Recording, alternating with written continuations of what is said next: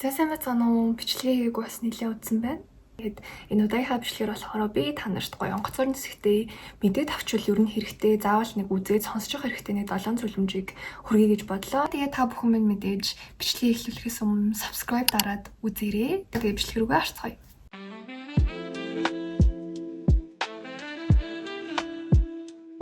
За хамгийн түрүүнд болохоор суудал сонгох талаар ярив. За ихэнх хүмүүс бол шууд очиод онгоцныхоо буудлын дээр одоо нэг тиктэй ажилтнтай шууд за би энэ пассвортоо өгвөл ачаагаа жинлүүлээл тэгснийхаа дараа яг тийг заавдаг штэ. За үүнээс өмнө бол онгоцоо онлайнаар баталгаажуулчих боломжтой болсон байгааг одоо ер нь бол та нар маань надаар хэлүүлдэггүй мэдж байгаа бах. Тэгэхээр аль хэсгийн суудал нь яг зүгээр гэдэг юм бэ гэдэг талаар өөрийнхөө бодит туршлагыг ол хүргэе. За орон нутгийн за том онгоцнууд бол зүгээр байж магадгүй.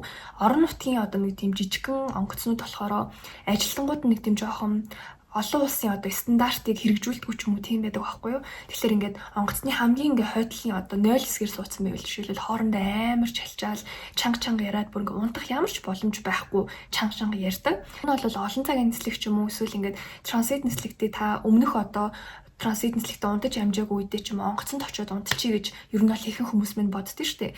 Тэнгүүт ингээд хамгийн хойдолд одоо ингээд нойлын хажуу зуучаар хүмүүс ийшээ тийшээ ингээ холхиод амар ядаргаатай ер нь бол бат бөх унтах айгу боломжгүй байгаад идэг. Тэгэхээр айл олох бол нэг тийм нойлын хажуудлын хамгийн хойдлын суудлуудыг бол бити сонгороо гэж зөвлөе. Цэцтэй тохиолдолд бол яг хүмүүс яг ингэж бодоод хойдлын суудлууд бол хоосон байдаг. Тэнгүүт ингээд ганцаархнаа суудсан байвал нэг сайхан 3 суудал тамнаад унтдах ч юм уу нэг тиймэрхүү тохиолдол бол аз тааруулалт гэж тохиолддог. Тэгээд транзит нислэг гэж нэг юм байгаа шүү дээ. Одоо та хятад дээр буугаад дараа нь за айлчин хамаагүй улс руу дамжлаа ч юм уу те. Тэнгүүд ингээд транзит нислэг чинь одоо зай амир бага байвал тавчуу байвал та хамгийн урд суудал сонгол зүгээр. Яагаад гэх юм бол мэдээж онгоц чинь ингээд газардангууд хамгийн уртлын хүмүүс хамгийн эхэлж гарна штэ. Тэгэхээр та хамгийн эхэлж гарах боломжтой урд суудснаар одоо нэг оочор дарааллаа штэ хэлээр нэвтрэх гарах гэх мэтчлэн хамгийн урд сууж амж мэдээж оочор дарааллаараа очоод хамгийн урд ч гисэж байгаа болохоор цагаа бол айгүй сайн хэмнэж өгдөг гэж.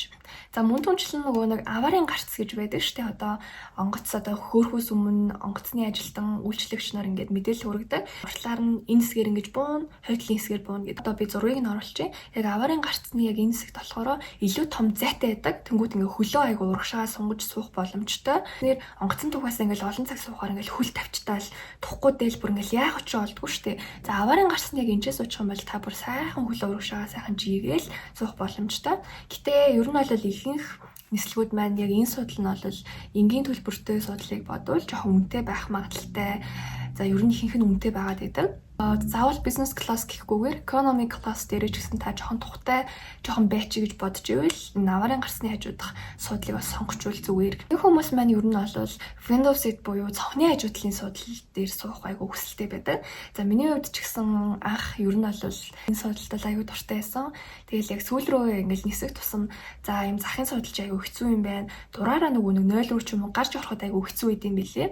Тэгсний оронд баг ингээд голын суудлал идэв штэ одоо ингээд онгоцшин 3 юм игнэтэй. Тэнгүүд баг ингээ голын суудлын захад суучих юм бол айгүй зүгээр санагддаг. Яагаад гэх юм бол хүснээрээ та ингээ чөлөөтэй урагшаа хойшоогоо явах боломжтой, хөл гараа хөдөлгөж босож суух боломжтой болчихно. Тэгээ мөн түнчлэг захын суудлал суучвал та захын суудлын одоо шилэл хамгийн наадал суучлаа гэж бодоход таны хажуугаар чинь одоо ингээл хүмүүс гараал ороод байна. Тухтаа бас унтуулахгүй.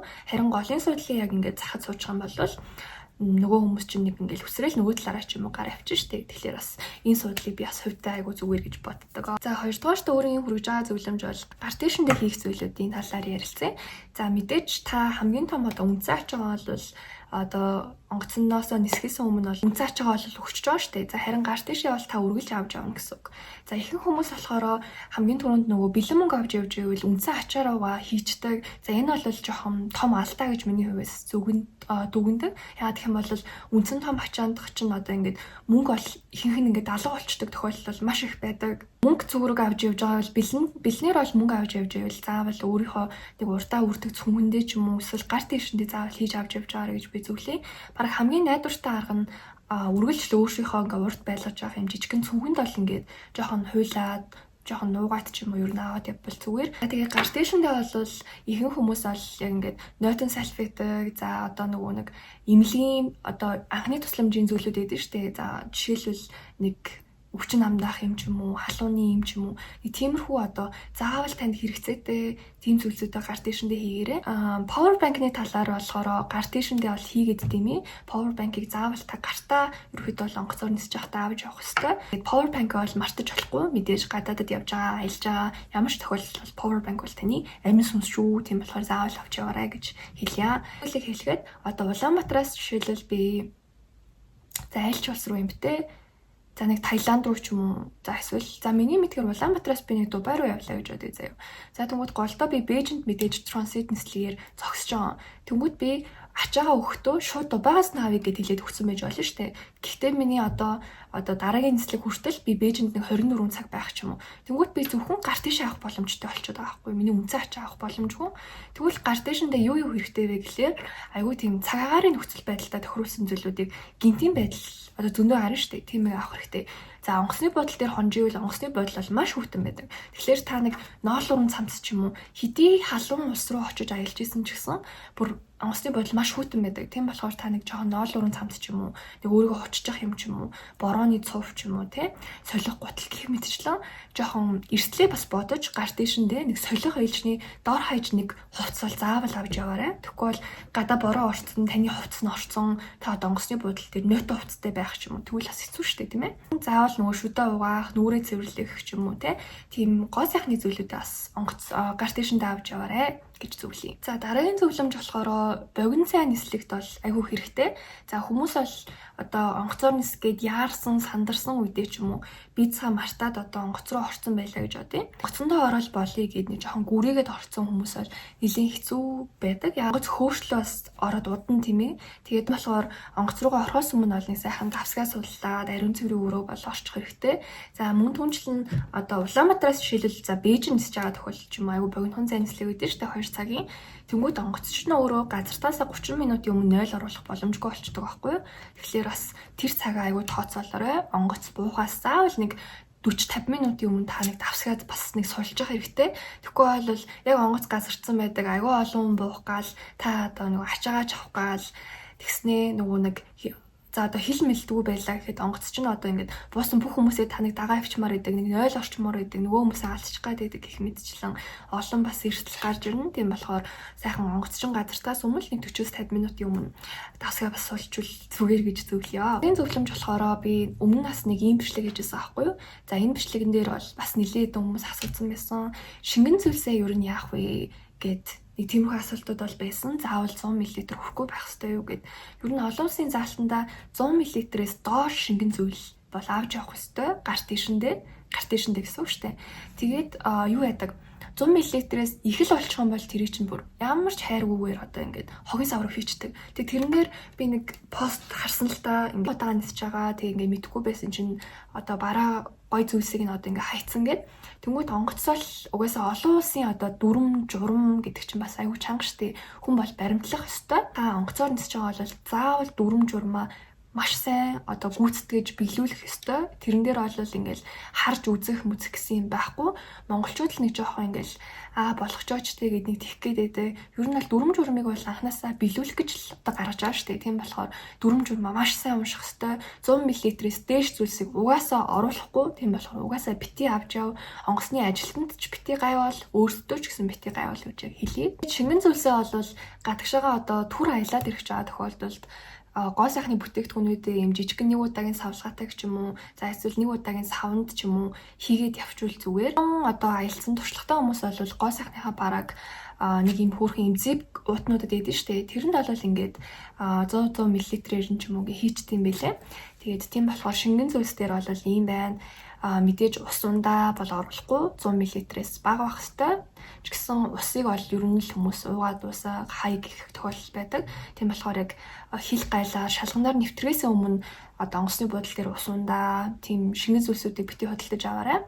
Эсвэл яг сайхан ууж дуусчаад ороорой. Хүмүүс маань одоо шингэн зүйлс гэхлээр л усал юм байна. За эсвэл үнэртэй ус ч юм байна гэж боддог. Андуураад байдаг. За тэрэнд чинь болохоор бүр одоо хамрын ариутгагч гээл ч юм уу За өөр гэдэг лээ шампунь, за биений тос, нүүрний тос нэг ш одоо шингэн одоо бүр ингээ урсчихгүй зүгээр нэг юм хатуулагтай байсан ч гэсэн шингэн зүйлс гэж бол үздэг. Тийм болохоор ерөөсөө л жоохон шингэн бүтцтэй байвал тэр чинь шингэн зүйлс гэж бол тооцдог шүү гэж бас хэлье. Энэ зөвлөгөөг бол зарим хүмүүст жоохон юу гэдэг байгаа гэж бодож магадгүй. Гэтэ яг онгоцон дотор одоо ус өгдөг штэ. Тэнгүүд онгоцны ус ерөөхдөө бол айгүй бохир байдаг гэж үздэм билээ. Би бас нэлийн эдийн мэдээллүүдийг харсан. Тийм болохоор та онгоцоор нисэж явах үедээ одоо нөгөө хил гайд шалганаар нэвтэрсний дараа одоо баахан дэлгүүрүүд идэв штэ угаасаа duty free за тэгэл ус ундаа авах хэсэг юмсаа тэмчэнээс ерөөхдөө бол нэг шингэн цэвэр ус бол авчвал зүгээр. Яагаад гэх юм бол онгоц болохоор шууд нөгөө танкнаас илүү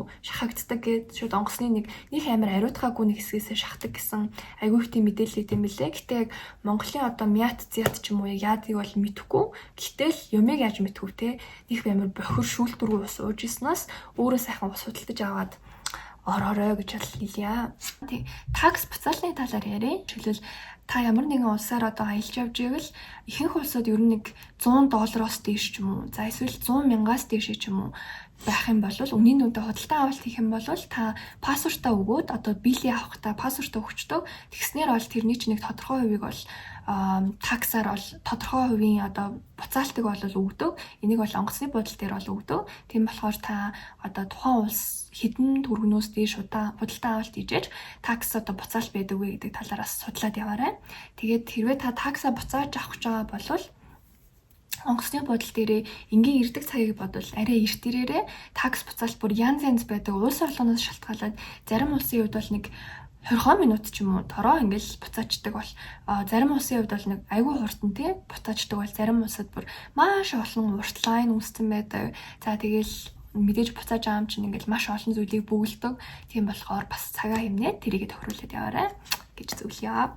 Үйлчийн зөвлөгөө маань гэх юм бол эцлийн үеэр та зөвхөн бие засгаас гадна жоохон нэг цаг явж байгаад ч юм уу за эсвэл нэг 2 цаг нисээд ч юм уу заавал босож одоо ингээ хөл гараа тэнийлгэж хөдөлгөөрөө тэгэхгүй бол жоохон ахмад настай хүмүүс ч юм уу ингээд бие нь одоо ингээд жоохон сонирн болох яг ингээд онгоц чинь нөгөө асар их агаарын даралттай одоо агаар дээгүүр одоо нисэж байгаа юм чинь маш их агаарын даралттай болно шүү дээ. Тэнгүүт ингээд айгүй олон нислийн дараа хөл гараа хөдлөхгүй бол хүний бие жоохон бадарах ч юм уу гинт жоохон шоконд орох ч юм уу тийм тохиолдол бас байдаг. Тийм болохоор аль болох бас хөл гараа сайхан тэнийлгэрээ гэж хэлье. Тэгэхээр та яг үндсэн онгоцоор нисгэд ямар процесс болтгийг би юун дээр анхаарах хэрэгтэй юм бэ гэдгийг мэдхийг хүсвэл энэ бичлэгийг үзээрэй.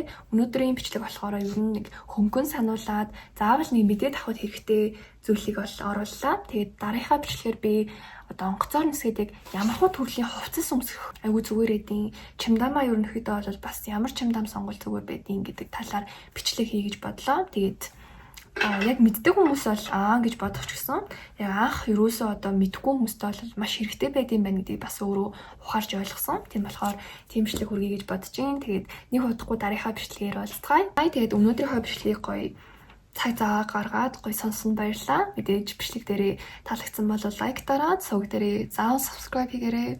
За тэгээд бүгдэнд нь баяртай. Өдрийг гоё өнгөрүүлээрэй.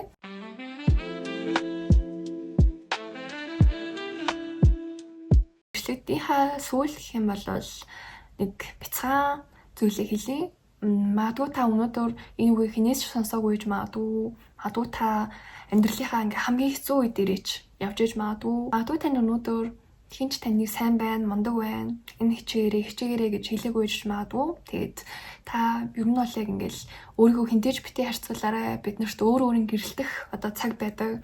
Сорогтой хатан гэдэг номон дээр илүү тэгээд би нэг уншиж ирсэн. Това бол яг таг санахгүй байна. Нэг нэлийн хэдэн жилийн өмнө баг 4-5 жилийн өмнө юм уу та баг уншиж ирсэн байхгүй юу? 5 хүүхэд нь болохоор сорогтой хатнаас ингэж асуудیں۔ За хүн болгон хаан болоод ерөөхдөө бол ингээм амьдрал нь сайжирч байна. Бид нэр хизээ ингээд ерөөхдөө гэд өсөж дэвжих вэ гэдэг тэнгуү сорогтой хатан хүн болгонд өөр ингэсэн цаг байдаг. Тэр цагаа л ерөөхдөө л хүлээх хэрэгтэй гэж хэлсэн байдаг. Тэгэхээр та өнөөдөр хамгийн сайнараа хичээж байгаа бол заавал өнөөдөр биш ч гэсэн таны гоё гэрэлтэх цаг ирнэ. Та хамгийн сайнараа хичээж байгаа. Тийм болохоор зөвхөн мундаг байгаа шүү. Өөртөө сэтгэл хангалуун байгаарай гэж хэлэх гэсэн.